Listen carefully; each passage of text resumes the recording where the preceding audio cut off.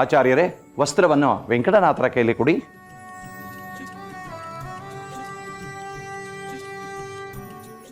ಆಚಾರ್ಯರೇ, ಮನಃಪೂರ್ವಕವಾಗಿ ಆಶೀರ್ವಾಚ ರೂಪದಿಂದ ಮಗುವಿಗೆ ಆ ದೀಕ್ಷಾ ವಸ್ತ್ರವನ್ನು ಕೊಡಿ.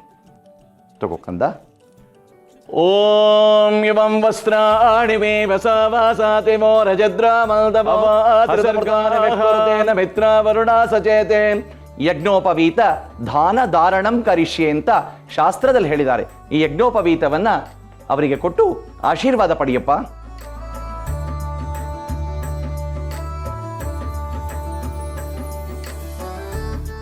ಹೇಳಪ್ಪ.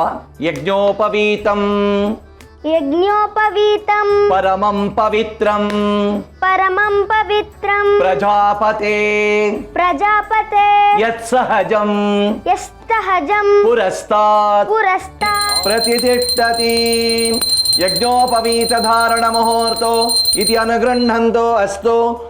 ವಟು ಸಂರಕ್ಷಣಾರ್ಥಂ ವ್ರತಪತಯೇ ಆದಿತ್ಯಾಯ ವಟುಂ ದದಾಮಿ. ವೆಂಕಟನಾಥರೇ, ಮಗುವಿನ ಕೈನಲ್ಲಿ ಅರ್ಘ್ಯವನ್ನು ಕೊಡಿ. ಓಂ ದೇವ ಸವಿತರೇಶತೆ ಬ್ರಹ್ಮಚಾರಿತಂ ಗೋಪಾಯ ಸಮಾಮೃತಾಂ ನವೋ ನವೋ ಭವತಿ ಜಾಯಮಾನಾನ್ನಾಂ ಕೇತುಷತಾಮೇತ್ಯಗ್ರಂ ಅಗ್ನಯೇ ಸಮಿಧಂ ಆಹಾರ್ಷಂ ಬೃಹತೆ ಜಾತವೇದಸೆ. ಓಂ ತೇಜಸಾ ಮಾಂ ಸಮನಜ್ಮಿ. ಓಂ ತೇಜಸಾ ಮಾಂ ಸಮರಜ್ಮಿ. ಮಯಿ ಮೇಧಾಂ ಮಯಿ ಪ್ರಜಾಂ ಮಯಿ ಅಗ್ನಿ.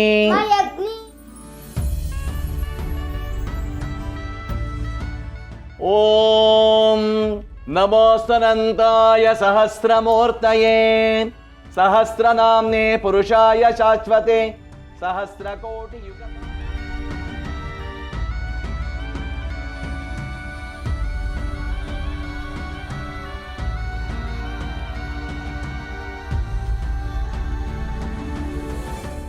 ಅಪ್ಪ, ನನಗೆ ಗಾಯತ್ರಿ ಮಂತ್ರ ಉಪದೇಶ ಮಾಡಿ.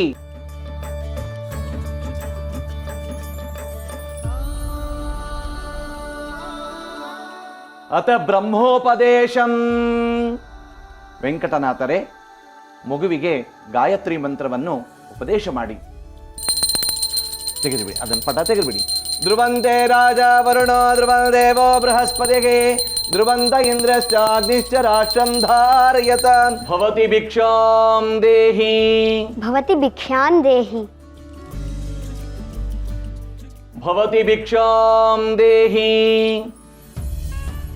ಭವತಿ ಭಿಕ್ಷಾಂ ದೇಹಿ ಭವತಿ ಭಿಕ್ಷಾಂ ದೇಹಿ.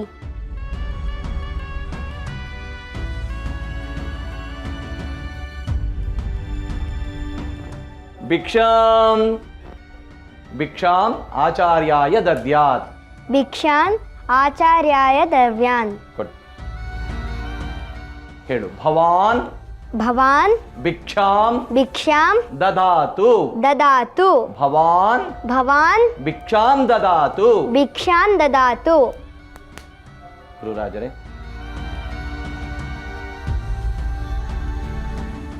ಭವಾನ್ ಭಿಕ್ಷಾಂ ದದಾತು. ಭವಾನ್ ಭಿಕ್ಷಾಂ ದದಾತು. ಭಿಕ್ಷೆಯ ಪಾತ್ರೆಯನ್ನು ವೆಂಕಟನಾಥರೇ ತಾವಿಟ್ಕೊಳ್ಳಿ.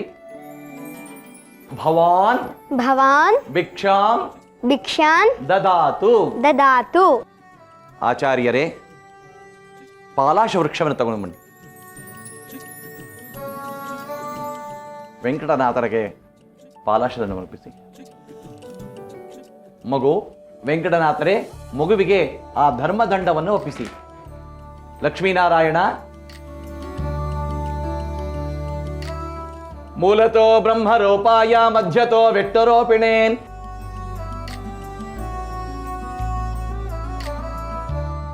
ಆಚಾರ್ಯರೇ, ತಮ್ಮ ದೆಸೆಯಿಂದ ಕಾರ್ಯ ನಿರ್ವಿಘ್ನವಾಗಿ ನೆರವೇರಿತು. ಎಲ್ಲ ಶ್ರೀ ಹರಿವಾಯುಗಳ ಪರಮಾನುಗ್ರಹ. ಹೌದು, ತಂದೆಯಿಂದ ಉಪನಯನ ಮಾಡಿಸ್ಕೊಳ್ಳೋ ಪುಣ್ಯ ನಾವು ವೆಂಕಟನಾಥನ್ಗೆ ಸಿಗಲಿಲ್ಲ. ಲಕ್ಷ್ಮೀನಾರಾಯಣ ಈ ವಿಷಯದಲ್ಲಿ ತುಂಬ ಅದೃಷ್ಟ ಮಾಡಿದ್ದಾನೆ. ಇವನ ಉಪನಯನ ನೋಡೋದಕ್ಕೆ ಅತ್ತೆಯವರು ಇರಬೇಕಾಗಿತ್ತು. ಪಾಪ ಅವರ ಇದೊಂದು ಆಸೆ ಈಡೇರಲಿಲ್ಲ. ಕಮಲ, ಅಪ್ಪ ಅಮ್ಮ ಇಬ್ಬರೂ ಈ ಕಾರ್ಯನ ಸ್ವರ್ಗದಿಂದನೇ ನೋಡಿ ಸಂತೃಪ್ತಿ ಪಡ್ತಾ ಇರ್ತಾರೆ. ಈ ಮನೆಯೇ ಒಂದು ಸ್ವರ್ಗ. ನನ್ನ ಅಳಿಯಂದ್ರು ಮಗಳು ಸಾಕ್ಷಾತ್ ಲಕ್ಷ್ಮೀನಾರಾಯಣರು. ಅವರಿಬ್ಬರಿಗೆ ಒಂದು ಪುಟ್ಟ ನಾರಾಯಣ. ಆದರೂ ಸರಸ್ವತಿ, ನಿನ್ನ ಮೇಲೆ ನನಗೆ ಬೇಸರ ಇದೆ ಅಮ್ಮ.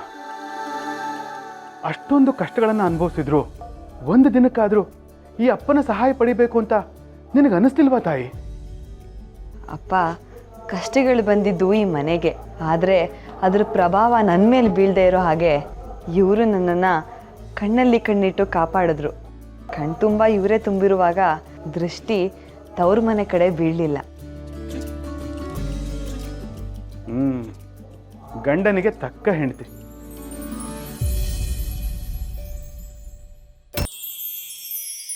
ಆ ವೆಂಕಟನಾಥ ಸನ್ಯಾಸತ್ವ ಸ್ವೀಕಾರ ಮಾಡೋದಕ್ಕೆ ಒಪ್ಪಿಗೆ ಕೊಟ್ಟಿದ್ದಾನೆ. ಅಯ್ಯೋ ದೇವ್ರೆ, ಅವ್ನು ಸನ್ಯಾಸಿ ಆಗ್ಬಿಟ್ರೆ ಅವ್ನ ಹೆಂಡತಿ ಮಗನ ಗತಿ? ಊರಿಗೆ ನೀರಿನ ಚಿಂತೆ ಆದರೆ ಕೋರಿಗೆ ಬೋರಿನ ಚಿಂತೆ ಅಂತೆ. ಅವ್ರ ಗತಿ ಹಾಳು ಬಿದ್ದು ಹೋಗ್ಲಿ. ನಮ್ಮ ಗತಿ ಏನಾಗಬೇಕು ಗೋವಿಂದ? ಅವನು ಪೀಠಕ್ಕೆ ಒಕ್ಕರ್ಸಿದ್ರೆ ಮೊದಲು ನಮ್ಮನ್ನ ಮಠದಿಂದ ಒದ್ದು ಹೊರಗಾಕ್ತಾರೆ. ಪೀಠ ಸಿಕ್ಕಿದ ಮೇಲೆ ಪಾಠದ ನೆಪದಲ್ಲಿ ಮಗನನ್ನು ಮಠದೊಳಗೆ ಸೇರಿಸ್ಕೋತಾನೆ. ಹೆಂಡತಿಗೂ ಸಮಾಧಾನ ಮಾಡಿ ಆ ಕಡೆ ಸಂಸಾರನೂ ಉಳಿಸ್ಕೋತಾನೆ, ಈ ಕಡೆ ಪೀಠನೂ ಅಲಂಕರಿಸ್ತಾನೆ. ಇಲ್ಲ ಅಂದಿದ್ರೆ ಅವತ್ತು ಬೇಡ ಅಂತ ಧಿಕ್ಕರಿಸಿ ಓದೋನು ಇವತ್ತು ಮತ್ತೆ ಒಂದು ಒಪ್ಪಿಗೆ ಕೊಡ್ತಿದ್ನ? ನನಗೆ ಚೆನ್ನಾಗಿ ಗೊತ್ತು. ಮನೆಯಲ್ಲಿ ಗಂಡ ಹೆಂಡತಿ ಕೂತ್ಕೊಂಡೆ ಪೀಠ ಹೊಡೆಯೋ ಸಂಚು ಮಾಡಿದ್ದಾರೆ. ಇದೆಲ್ಲ ಆಕೆದೆ ತಂತ್ರ. ಛೆ, ವೆಂಕಟನಾಥನ ಬಗ್ಗೆ ಏನು ಬೇಕಾದರೂ ಹೇಳಿ, ಅವನು ಪ್ರಳಯಾಂತಕ. ನಮಗೆ ಬಹಳಷ್ಟು ಸಲ ಚಳೆ ಹಣ್ಣು ತಿನ್ನಿಸಿದ್ದಾನೆ. ಆದರೆ ಅವನ ಪತ್ನಿ ಸರಸ್ವತಮ್ಮ ದೇವ್ರಂತ ಹೆಂಗಸು ಗುರುಗಳೇ. ಅವರಪ್ಪ ಆಗರ್ಭ ಶ್ರೀಮಂತ. ಮದುವೆಗೆ 100 ಸೇರು ಚಿನ್ನ ಕೊಡ್ತೀನಿ ಅಂದರು. ಆದರೆ ಒಂದು ಗುಲ್ಗಂಜಿನೂ ಬೇಡ ಅಂತ ತಿರಸ್ಕರಿಸಿ ಬಿಚ್ಚೋಲೆ ಗೌರಮ್ಮನ ಹಾಗೆ ಗಂಡನ ಹಿಂದೆ ಬಂದಿರೋ ಮಹಾತಾಯಿ ಆಕೆ. ಈಗ ಪೀಠಕ್ಕೋಸ್ಕರ ಆಸೆ ಪಡ್ತಿದ್ದಾರೆ ಅಂದರೆ ನಾನು ಒಪ್ಪಲ್ಲ. ಹಾಗಾದ್ರೆ ಅವತ್ತು ಬೇಡ ಅಂತ ಹೋದವನು ಇವತ್ತು ಬಂದು ಹೇಗೆ ಒಪ್ಕೊಂಡ ಗೋವಿಂದ? ಅದೇ ನನಗೂ ಅರ್ಥ ಆಗ್ತಿಲ್ಲ ಗುರುಗಳೇ. ಬೇರೇನೋ ಕಾರಣ ಇರಬೇಕು. ಅವನು ಒಪ್ಪೋದಕ್ಕೆ ಏನು ಕಾರಣನಾದರೂ ಇರಲಿ, ತಪ್ಸೋದಕ್ಕೆ ಕಾರಣಗಳನ್ನ ನಾವು ಹುಡುಕ್ಬೇಕು. ಹುಡುಕೋಣ ಗುರುಗಳೇ, ನಮ್ಮ ಕೆಲಸನೇ ಅದಲ್ವೇ.